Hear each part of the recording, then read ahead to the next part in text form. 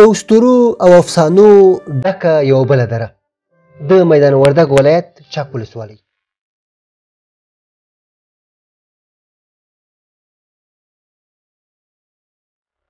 پر هسکه غونډۍ ولاړ سره پنډ خټین څلي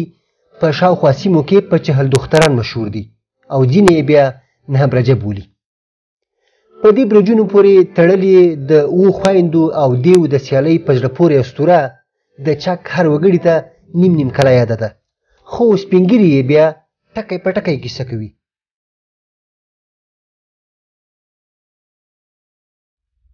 مو خو هم دغه د سپین ږیرو نه په همدغو رقم خبر شوي وو، نو دغه کیسې به چې په کور کې څه یادېدلې چې دغلته په دغو ځای باندې وایي دیو برج و، دیو دا برج شروع کړی و او دی دغه کلا شروع کړې وه. نو بیا دی پاتې کې راغلل، هغه یې دلته مړې کړلې او ښخې یې کړلې، هغه دلته دي و شهیدان یې دي، خو نو طبعا دا کیسې دي که نه.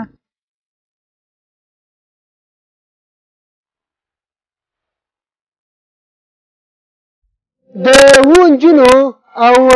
د دیوانو د سیالۍ تر کیسې او افسانې ورهاخوا د دې کلا یوه بله ځانګړنه دا وه چې خلک به دلته د خوبونو د لیدو لپاره راتلل او شپې به یې سبا کولې، ځکه باور دا و چې دلته هر لیدونکی خوب رښتیا کېده.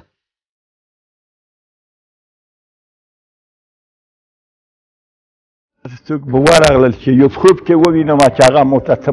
یو مشکل به و، یو به ښه و، یو به مریض و، د دې دپاره به ورغلل چې څه به م لوسته بیا یو شی لیدلی و. نفر وی زه بې ورغلم وی که څه م لوستلم هغه وخت داود خان وی ژوندی و، وی داسې په خوب کې ورته ویدم نه وم، وی های های وی سرپوښ هم ورسره نو وی زه وی داسې ودور شم چې خدای دې خیر کړو چې داسې کیسه یې وکړه، داسې په دې خوب کې ورته وویل چې څه عمر بعد داود خان وی شهید شو.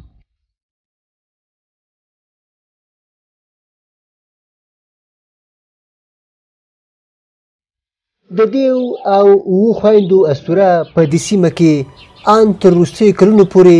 د مقدسو باورونو یو عملي برخه وه او کلیوالو مېرمنو به د خیرات په نوم د غوړو ډوډۍ پسې پخولې. تر ډېره وخته پورې دغه د موږ د منطقې خلک به ورتلل، هسې بعضې زنانه به ورتللې، هغلته بنغری کې جوړ کړی و او د زیارت په رقم به ګرماوه.